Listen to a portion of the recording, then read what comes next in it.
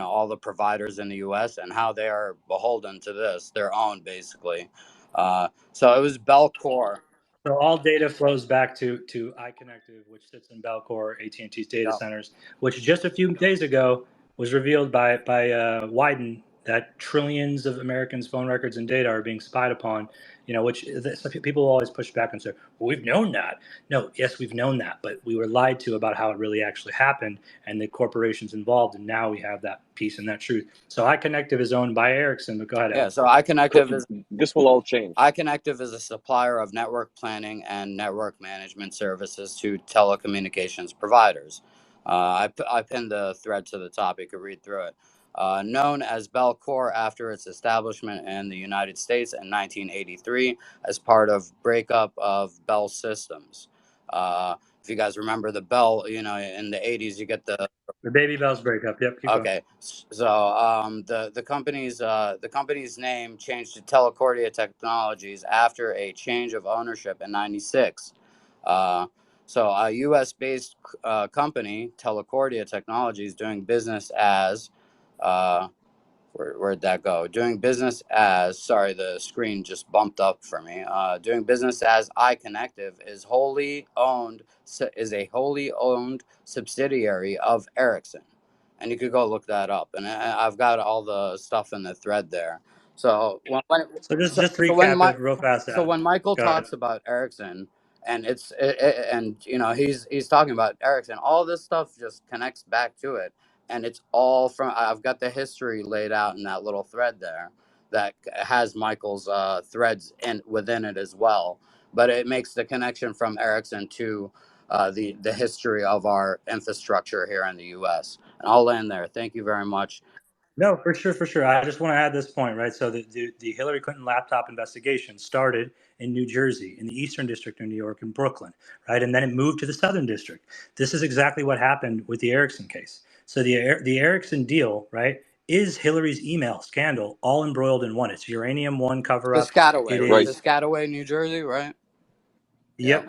And Can so, I speak to that real quick, Mike? Just real fast, let me finish this point, and then we can do that. So John Durham Jr. was working underneath, right?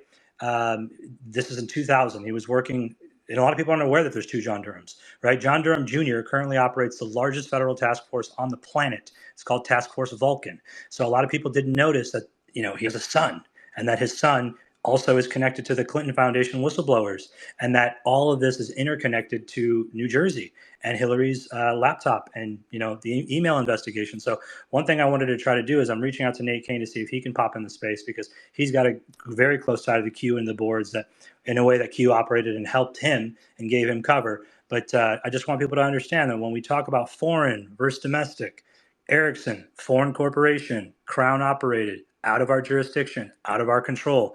At one point in 2012, you had CrowdStrike, Ericsson, Telcordia, and Newstar, the company that Trump is suing right now civilly, all owned by Warburg Pincus, whose creator, right, is Donald Blinken's dad, right, and goes back to the Warburgs in the inception of the Federal Reserve. So you consider all these things, and you consider that Trump has a 200-year lease on 40 Wall Street, which goes back to the inception of the Federal Reserve and the creation, going back to Hamilton and Burr and BNY Mellon, right? All of these things just so happen to all be a coincidence. I promise you they're not, right? But at the end of the day, we have to understand how signals intelligence works and how a signal is sent from one point on the planet to the other. And that when you go into satellites, you're outside the jurisdiction because there's no jurisdiction in space.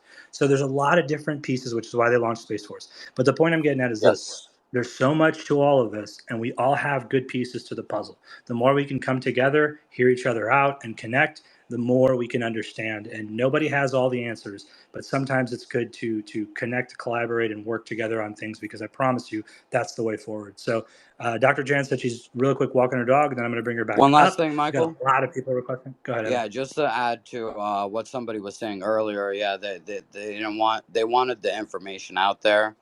Because the truth speaks for itself. You didn't need to put the Q and Q this, because it would put a taint on it, and there's Republicans that are repulsed by it. It's like, yeah, it's the bottom line is the truth. Let's look at the They big should be picture. repulsed by themselves, though, Adam. You know what I mean? Point, They should be repulsed by It's the. beautiful. Like Honestly. I don't care where you know like what you as long as you